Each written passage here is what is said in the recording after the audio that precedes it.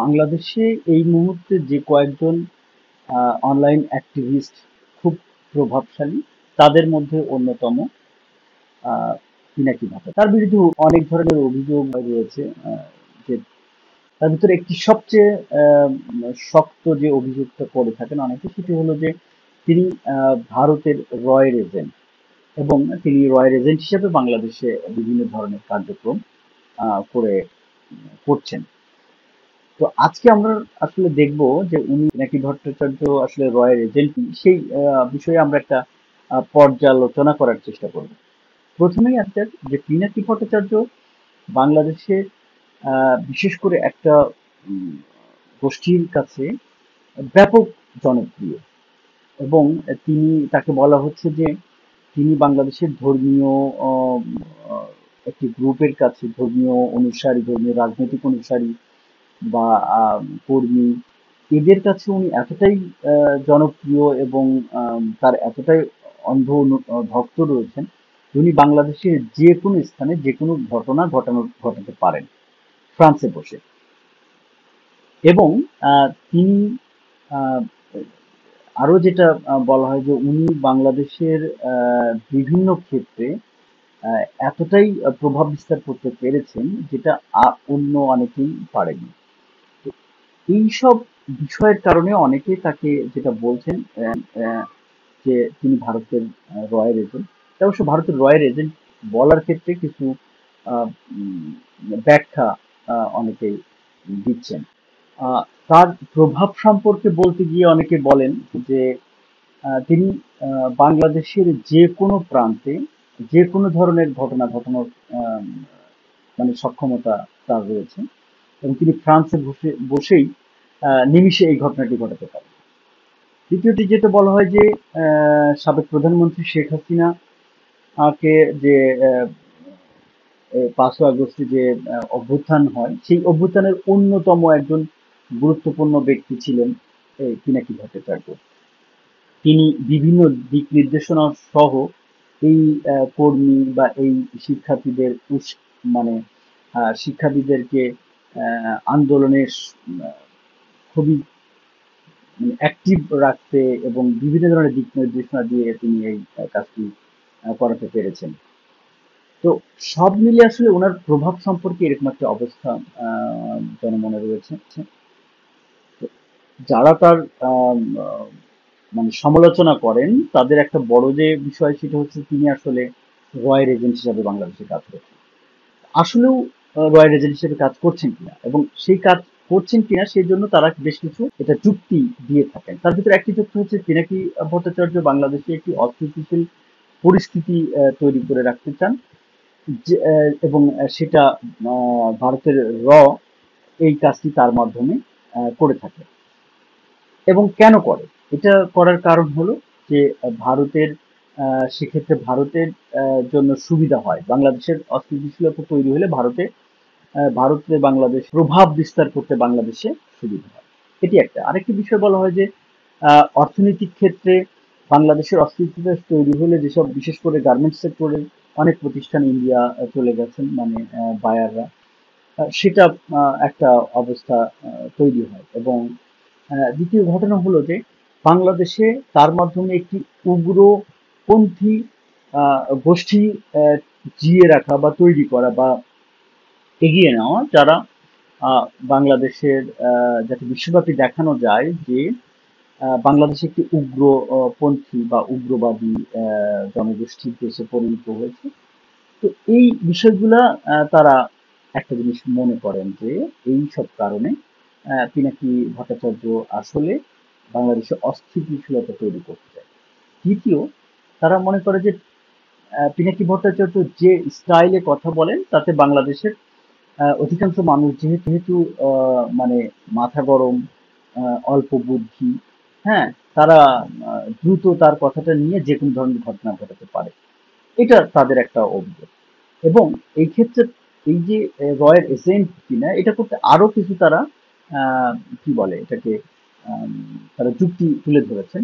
তার একটি হলো যে আহ, খালিস্তানি, ভারতের যে খালিস্তানি একটি সম্প্রদায় রয়েছেন, তার নেতারা বিশেষ করে কানাডায় যে সম্প্রতি আম, গত জুনে আর কি কানাডার যে একজন খালিস্তানি নেতা হরপ্রীত সিং নিজ্জর কে গুলি করে হত্যার ক্ষেত্রে বলা হয় যে ভারতের রয়ের ভূমিকা রয়েছে। এছাড়াও পরমজিৎ সিং নামে আরেকজন আম, এর বিষয়েও বলা হয় যে হত্যাকাণ্ডের ভিতরে রয়ের জড়িত রয়েছে।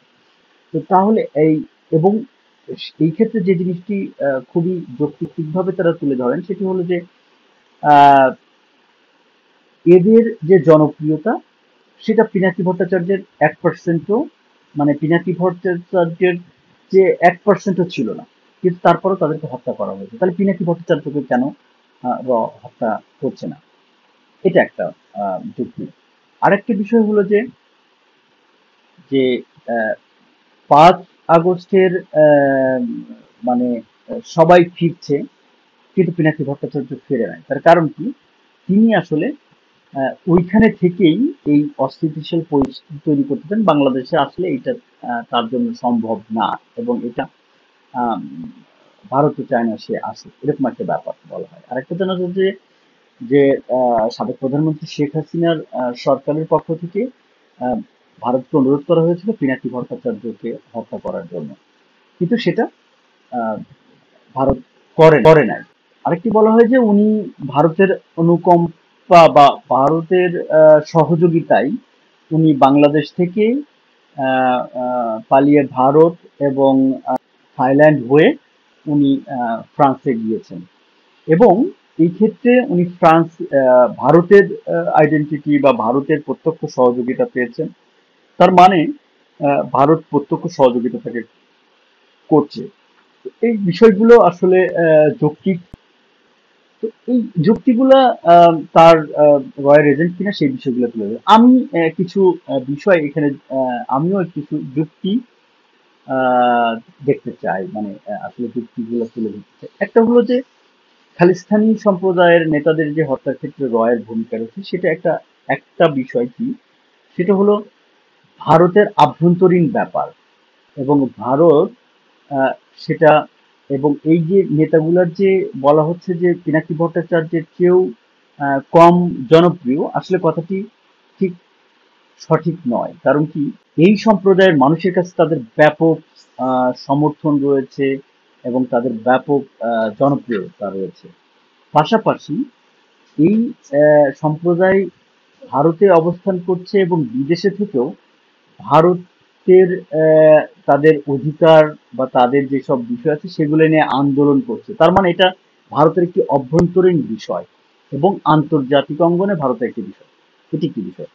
কিন্তু পিনাকি ভট্টাচার্যের জনপ্রিয়তা, তো আহ, কিন্তু পিনাকি ভট্টাচার্য উনি মূলত বাংলাদেশের বিষয় নিয়ে কথা বলছেন এবং ভারতের বিরোধিতা করছেন। তার মানে উনি কিন্তু ভারতের জনগণকে উস্কাচ্ছেন না, উনি বাংলাদেশের জনগণকে উস্কাচ্ছেন বা বাংলাদেশের সংশ্লিষ্ট বিষয়ে কথা বলছেন।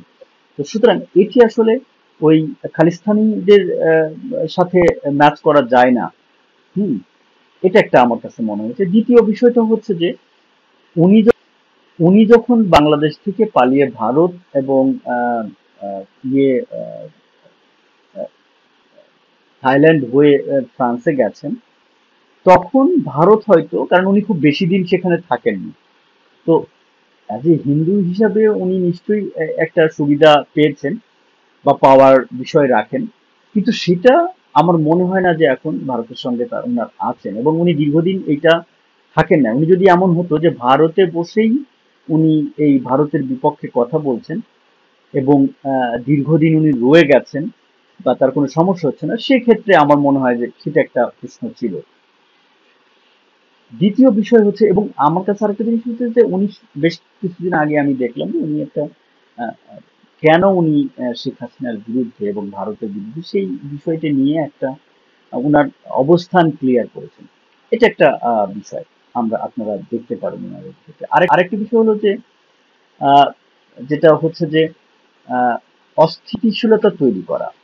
অস্থিতিশীলতা আসলে তৈরি একটা হচ্ছে, কিন্তু সেই ক্ষেত্রে উনার কতটুকু ইনফ্লুয়েন্স আছে সেটা আসলে আমার কাছে মনে হয় যে এইটা আসলে বর্তমান প্রেক্ষাপটে আহ, উনার ইনফ্লুয়েন্স কতটুকু আছে সেটা জানি না, কিন্তু সরকারের নাজুক অবস্থা এবং আহ, যে বর্তমানে যে আইন শৃঙ্খলা পরিস্থিতি সেইটার কারণে হয়তো একটা একটা ঘোলা পানিতে মাছ শিকার হয়তো কিছু মানুষ করছে।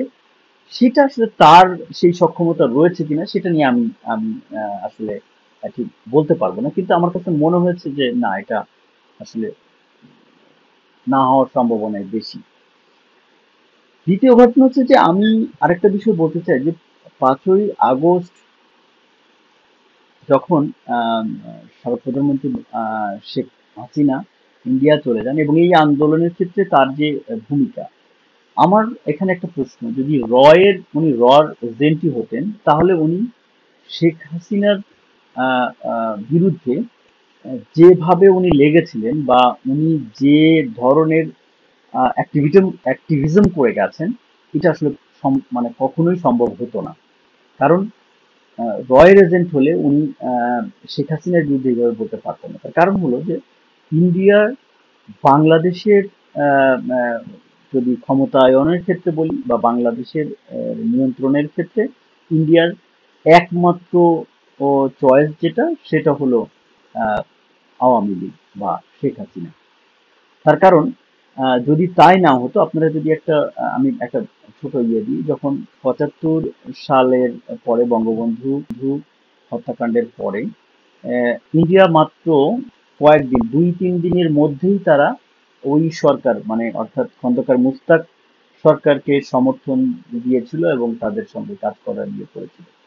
কিন্তু দেখেন এই আহ, বর্তমান এই আহ, তত্ত্বাবধায়ক বা আমরা যে সরকারই বলি, এই সরকারকে কিন্তু এখনো স্বীকৃতি সেই অর্থে ইন্ডিয়া দেয়নি বা ইন্ডিয়া এই সরকারের সঙ্গে আসলে কাজ করছে না। তার মানে হলো বাংলাদেশে আসলে আহ, আওয়ামী আহ, আওয়ামী লীগ এবং আহ, প্রধানমন্ত্রী যে ছিলেন শেখ হাসিনা, ওনাকেই আসলে ইন্ডিয়া বিশ্বাস করেন।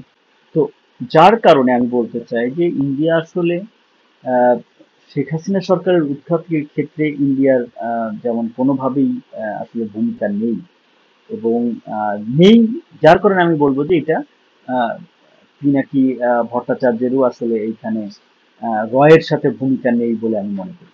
তার কারণ যদি রয়ের সাথে ভূমিকা থাকতো তাহলে সে কোনোভাবেই আহ, আওয়ামী লীগের এই সরকারের বিরুদ্ধে সে এত জোরালো এবং মানে মারাত্মকভাবে অ্যাক্টিভিজম করতে পারতো না। সর্বশেষ আরেকটা বিষয় আমি একটু বলতে চাই, সেটা হলো যে আহ, তিনি যদি আসলে রয়ের এজেন্ট হতেন, আহ, যে কোনো ক্ষেত্রে যেটা হয় যে যে যেটি হয়ে থাকেন সেই বিষয়ে যদি কোনো কথা বলা হয় তাহলে সেটার একটা সাফাই দেন, সেটার একটা ব্যাখ্যা দেন যে উনি এটার সাথে নাই এবং অনেক ধরনের তথ্য তুলে ধরেন কিংবা এটার এগেনস্টে কিছু বলেন।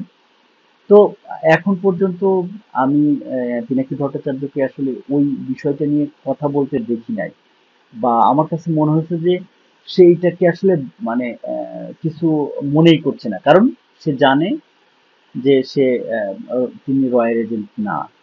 তো যদি রয়্যাল এজেন্ট হতো তাহলে তাকে অনেক ব্যাখ্যা দাঁড় করাতে হতো, তাকেও ব্যাখ্যাগুলো দিতে হতো এইটার এগেনস্টে। তো এটাও আমার কাছে মনে হয় যে একটা পয়েন্ট। তাহলে আসলে তাকে কেন আহ, আহ, বলা হচ্ছে যে বাংলাদেশের তিনি বাংলাদেশের ইয়ের ক্ষেত্রে তিনি রয়ের এজেন্টের ভূমিকা পালন করছে? আমার যা ধারণা যে এই মুহূর্তে বাংলাদেশের কিছু রাজনৈতিক নেতা বা ব্যক্তি সম্পর্কে উনি বেশ কিছু আহ, বিষয় আহ, বলেছেন বা তাদের নানাবিধ সমস্যাগুলো তুলে ধরেছেন বা তাদের ভুল ত্রুটিগুলো তুলে ধরছেন। এটাতে একটা সমস্যা হতে পারে যে তাদের অনুসারীরা তাকে আসলে ইন্ডিয়ান রয়ের এজেন্ট যদি বলা যায় তাহলে বাংলাদেশের যে রয়ের মানে তার অনুসারীরা যারা আছেন তারা যেমন তারা কিন্তু মূলত ইন্ডিয়ান বিপক্ষে, অর্থাৎ ইন্ডিয়ার বিপক্ষে একটি গোষ্ঠী। তো তাদের বলয়টা আসলে মানে কি বলে কানেকশনটা লুজ করা সম্ভব হবে আমার কাছে মনে হয় যে এটাই বিষয়। তো সুপ্রিয় দর্শক, আপনারা যদি মনে করেন যে আমার এই যে আমি যে যুক্তি দিলাম সেই যুক্তির সাথে একমত হতে পারেন, আবার নাও হতে পারেন। যদি একমত না হন তাহলে আমাকে কমেন্টস জানান কেন একমত না, আর হলেও জানান আর কোনো যুক্তি রয়েছে কিনা। ভালো থাকবেন, সুস্থ থাকবেন, আমাদের সঙ্গে